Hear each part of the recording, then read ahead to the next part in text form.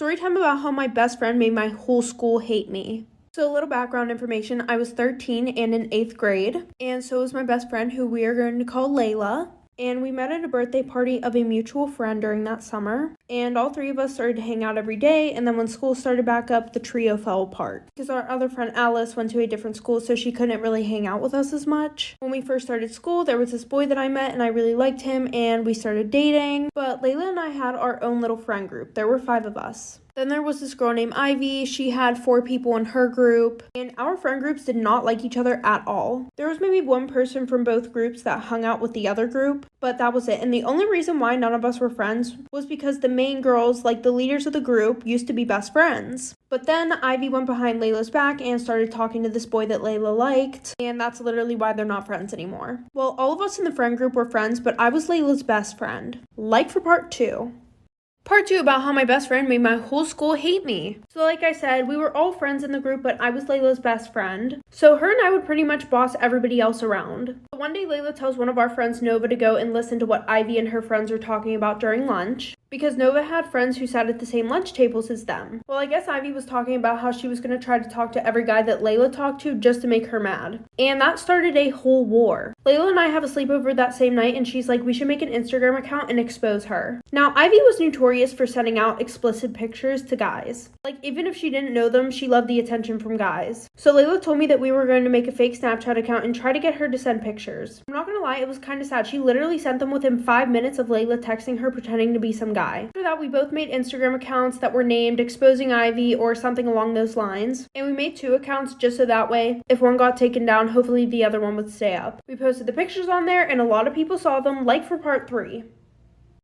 Part 3 about how my best friend made my entire school hate me. So like I said, Ivy sent the pictures and everybody saw them. And I'm talking even the people in high school. The next day, Ivy and Layla are in the same science class together. And none of their friends were there that day, so they ended up working on a group assignment together. And just like that, they were best friends again. Well, I get thrown under the bus, the teachers come and pull me out of my class and they search my phone and they find the Instagram account on my phone. Then when I told them it was also on Layla's phone, they went on her phone and they didn't find anything, of course. I get suspended and Layla and Ivy tell everybody that I was the one who made the fake Snapchat account and the Instagram accounts. And the whole week that I was suspended, I was getting messages from a lot of people that I went to school with and people that I didn't even know from high school. I was getting tagged in stuff on Instagram of people saying how much of a weirdo I am. Well, a few days into my suspension, Layla and Ivy talked my boyfriend into breaking up with me. They faked text messages between each other and made it look like I was talking to another guy. And then they faked another conversation between Layla and I, like for part 4.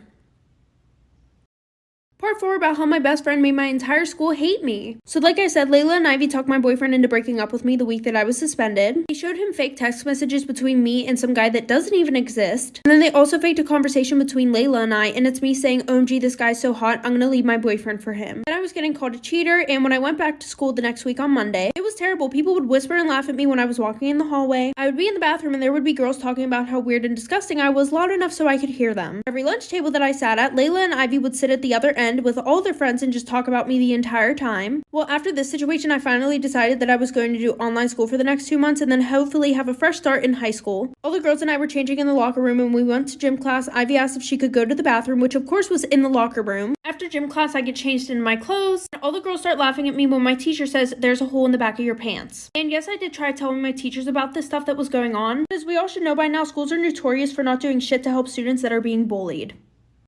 I'm 30 and don't have the best relationship with my husband's mom. Since day one, she tried to make remarks and compare me to her. She then tried to get on my good side and started overly praising everything I do and sometimes even copying me. Like one time when she literally dyed her hair purple just like mine, and when everyone pointed out how ridiculous she looked, she actually blamed me and accused me of trying to make a joke out of her. So anyway, my husband and I took 2 weeks off work to go visit some places out of the country. Tourism in other words. The thing is, I was the one who saved up for and arranged a trip. My husband was responsible for booking the tickets. My husband's mom wanted to come along and threw temper tantrums when I said no. She called, texted, sent people to talk to me into letting her come, even threatened to call the police and make some complaint up to get us to stay if she can't come. My husband said that we should take her, but I told him that he was wrong to tell her about the trip in the first place. He gave me an ultimatum. He said he wouldn't go if she can't come. I told him that I'd gladly call his bluff, which made him take back his words and say, fine, I'll tell her to stop it because we won't take her. Things got quieter. Suspiciously quieter. The day of the trip came and we got to the airport at 2 p.m. My husband was walking ahead of me and was looking left and right like he was looking for someone. I asked him, but he didn't respond. He led me to the waiting area and the first thing I saw was his mom standing there with her luggage. I froze in my spot. I felt a cold wave washing over me and I was fuming inside. She and my husband were hugging, and that's when I quietly turned and started walking towards the exit. My husband followed me while shouting at me to stop. He tried to stop me, but I told him off in the harshest way possible. He tried to say that I was overreacting and that his mom was there anyway and that I should let it go and not mess his trip up for us. I told him that he and his mom could still go and I was going home. I went home and stopped into my dog's fur for several minutes. Turns out that he booked her ticket without me knowing. An hour later, he came home yelling and raging about how pathetic and spiteful I was to walk out and go home and ruin a trip last minute. I told him he caused this to happen. He said that I was being so hard on his mom, it's ridiculous. I refused to fight anymore, but he kept berating me and then called my family to tell them that the trip was canceled and it was because of me.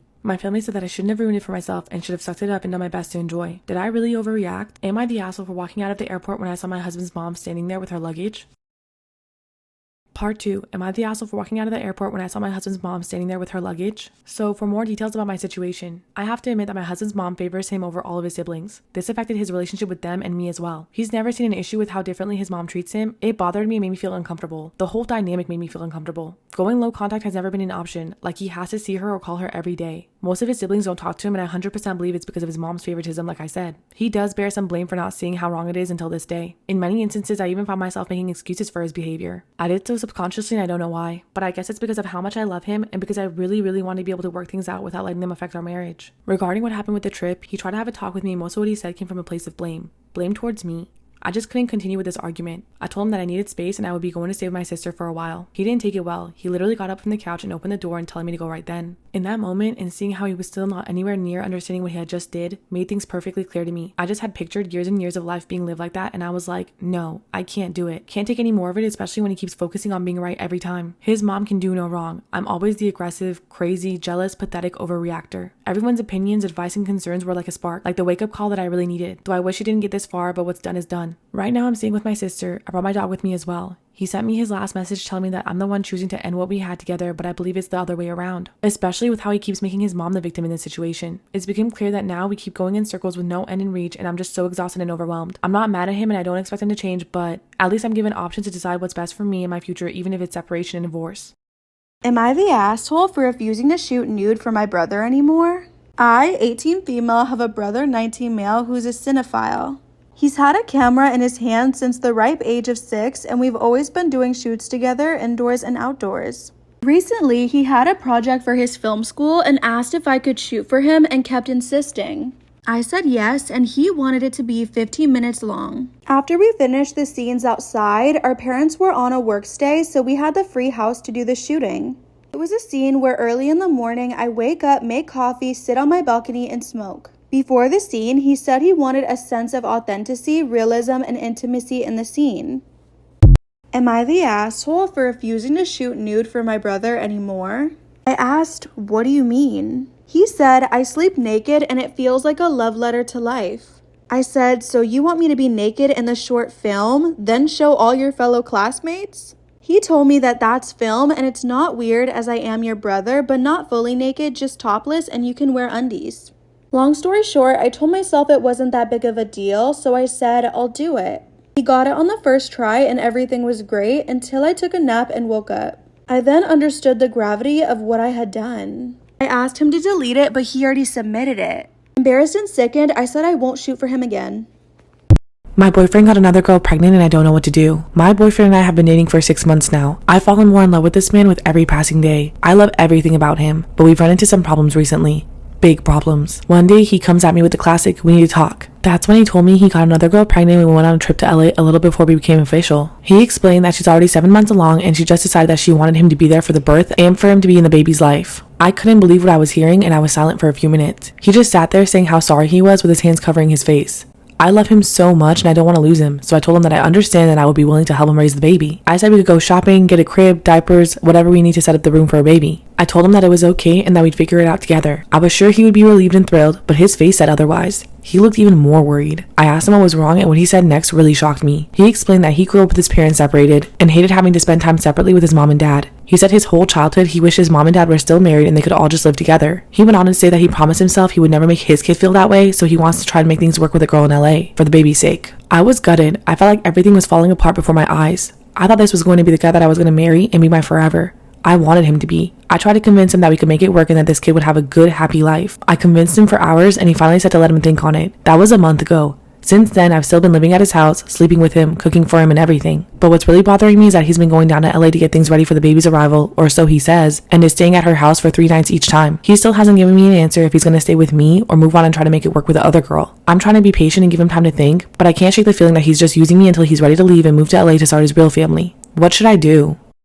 I, female 27, am a stay-at-home mom of 3. I have a friend, Kayla, 27, whom I met in college. I got pregnant in my last year and considered dropping out, but I pushed through and she helped me with a lot of my coursework. After we graduated, she continued with her master's and now has an excellent job. I'm not sure what exactly she's doing, but it sounds important and she has an amazing salary. Her boyfriend, Tristan, male 30, works with her and they have no kids, meaning 2 incomes but no responsibilities beyond basic bills. My husband and I have been struggling financially for a while now. Having 3 kids in this economy isn't easy. Kayla has known about my issues and she loaned me money occasionally to help me pay my credit cards. She's been very patient with me paying it back. The other day, she'd been telling me about how she has her summer planned. She's going to some concerts and then she's traveling abroad because her work allows her a lot of annual leave. I got sad and asked how much it's going to cost. I wish I could do something similar. And she changed the topic, not wanting to answer questions about money. She's done that before. She told me that she hates talking about finances with friends. It makes her uncomfortable. But I pushed and eventually she told me it was a lot of money. I admit I got very jealous and called her selfish to spend so much money on silly little trips when she could have helped me by paying my mortgage. She wasn't happy and told me that she already helped me a lot and she can do with her money what she wants, and told me that I should consider finding a job and stop trying for another kid. I told her that how many kids I have is none of her business, but as a friend she should be supportive. She left and hasn't been picking up my phone call since. My husband agrees with me that she's selfish and should have helped us, but my sister told me that I'm in the wrong. I'm wondering, was I really the asshole for telling her that she's selfish for paying for trips instead of helping me financially?